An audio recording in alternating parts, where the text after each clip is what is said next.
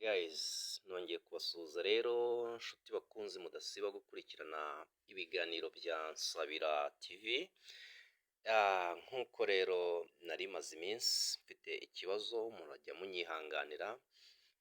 Nari ndwaye, murabizi ko muri ubu buzima niko bigenda. Ngarutsemo rero mbatamo iyi video yo kugira ngo mbereke bamwe bashaka kujya bapasinga neza ikintu twita interview twihuse cyane rero. Urajya hano muri Play Store downloading iyi app yitwa presentation app.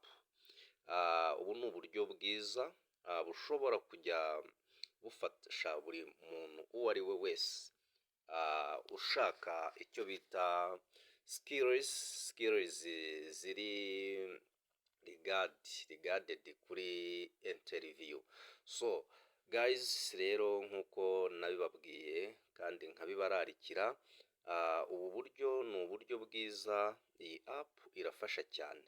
Urabona nk'uko bigaragara harimo tips zigiye zitandukanye, harimo presentation tip, presentation fact, play free online game, byose birimo help, supports, ukeneye ubufasha baragufasha. So guys, hano rero ubanza kwemeza terms na condition, then ukabasha kwenjoyinga. Nk'uko rero mwabinsabye muri benshi, hari abantu benshi bajya bagenda barangiza bagiye gukora ama interview bakagongwa n'ikibazo cy'ubumenyi buke budahagije. Guys, rero nagira ngo nkubwire ko byakemutse ntibikiri ikibazo. Nk'uko rero mubibona hano, so uraza ugakirika hano, amara gukirikaho hasi urabona ahantu hari skills, presentation, ukande ku isomo rya mbere. Iryo somo riraba rivuga kuri presentation tip.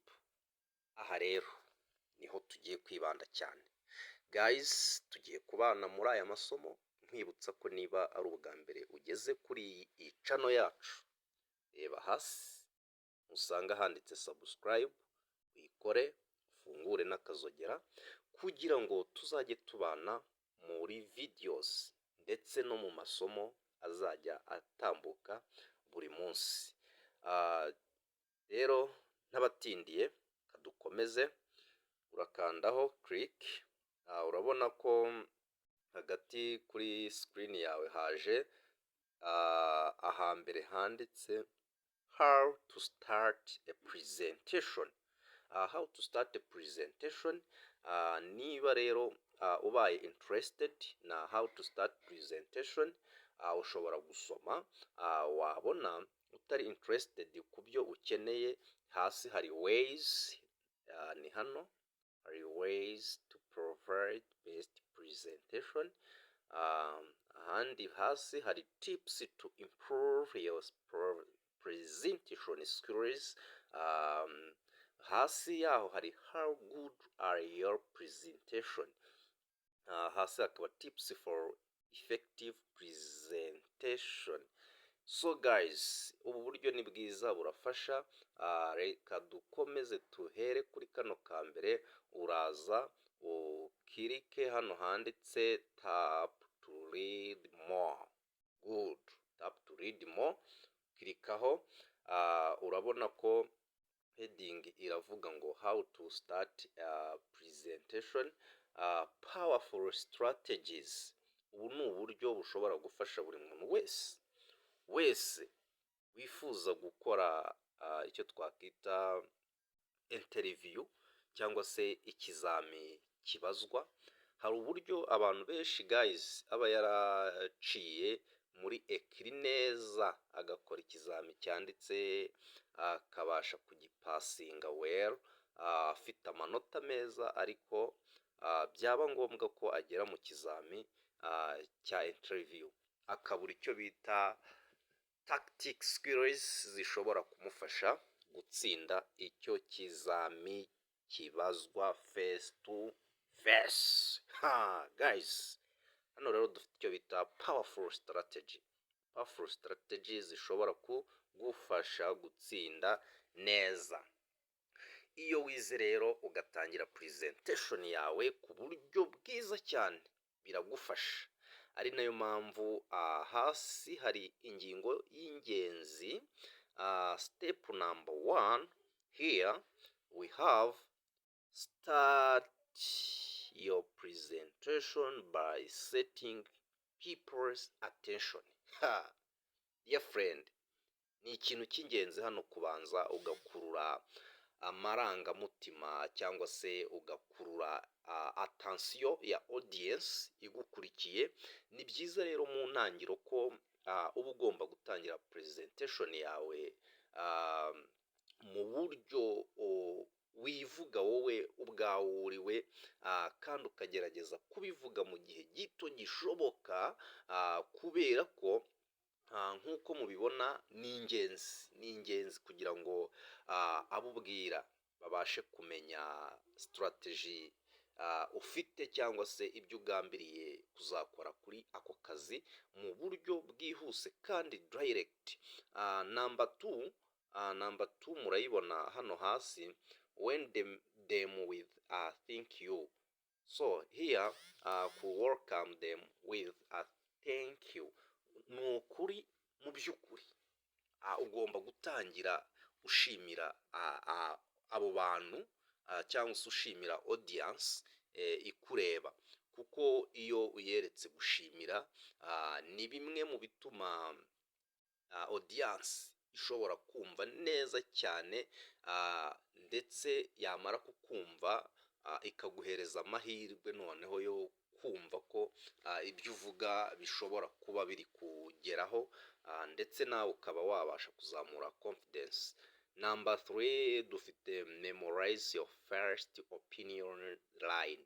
So ni byiza rero muri rusange ko uba ugomba kumakinga sure ko byibuze ufite zimwe mu nteruro z'ingenzi mu ntangiro zawe. Byibuze ugomba kuba ufite interuro 4 kugeza kuri 10 kugira ngo bize korohera ba bantu bashobora kuba uri kubabwira batekereza kure, kugira ngo bamenye icyo ubazaniye nk'igisubizo cyangwa se icyo ufite kiri professional practice. You should always reveal to your advantage, gishobora kugufasha wowe ubwawe kigafasha n'abagenzi bawe.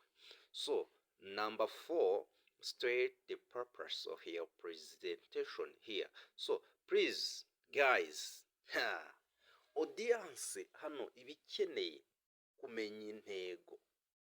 kumenya intego purpose ufite ku cyo bita ibibazo uri kubazwa. Niba uri kubazwa ibibazo, hakenewe kugira ngo byibuze abashaka gutekereza kuri purpose ufite bashobore kuba clarable, basobanurirwe neza icyo presentation yawe igomba kuba ifokasinzeho. Ni purpose ya presentation, apana kujya out of topic y'ibyo wagize ute wabajijwe. Twihuse cyane rero turagera ku ngingo ya 5. Hano hasi guys murayibona ngiyi, yitwa state how you want to deal with the questions. Aka kantu kajya gakunda kugonga abantu benshi. Buri gihe rero ugomba kwibuka ko audience yawe mu by'ukuri ikeneye guhandoringa ibibazo byose. Bivuze ngo rero ibibazo biri ku isoko ry'ibikenewe, hashobora kuba hatazamo ibibazo by'ukuri, ariko we mu magambo make wisanzuye mu bibazo bike cyane usubiza bimwe mu bibazo bikunze kwibazwa ku kazi ugiye gukora. Guys, reka rero nk'uko tutajya dutinda cyane, kubera bamwe mu bantu benshi ntibakunda video ndende kubera bamaze gusobanukirwa umwanya, bamaze gusobanukirwa the meaning of time.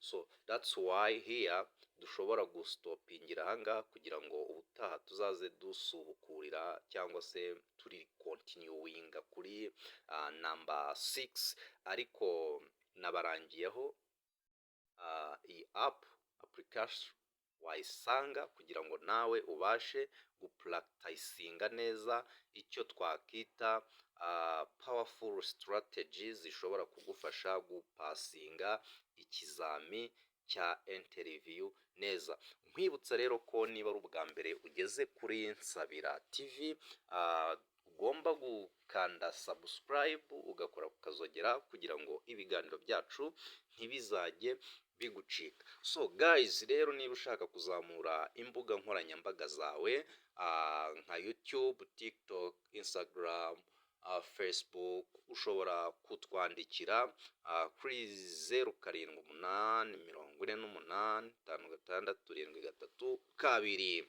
So guys, mugire rero amahoro y'Imana akomeze abane namwe, ndabakunda cyane.